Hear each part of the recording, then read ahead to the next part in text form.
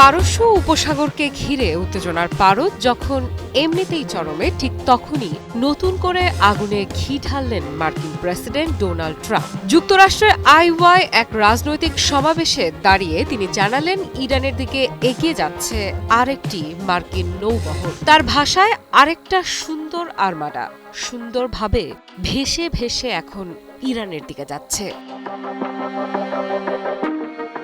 ট্রাম্পের এই বক্তব্য নতুন করে প্রশ্ন তুলে দিয়েছে, তাহলে কি সত্যি যুদ্ধের প্রস্তুতি নিচ্ছে ওয়াশিংটন, নাকি এটি ইরানকে চাপের মধ্যে ফেলতে কৌশলগত বার্তা? বক্তব্যের ফাঁকে ট্রাম্প স্পষ্ট করেই বুঝিয়ে দেন, ইরান এখনও চাইলে যুক্তরাষ্ট্রের সঙ্গে সমঝোতায় আসতে পারে, তবে সময় দ্রুত ফুরিয়ে আসছে।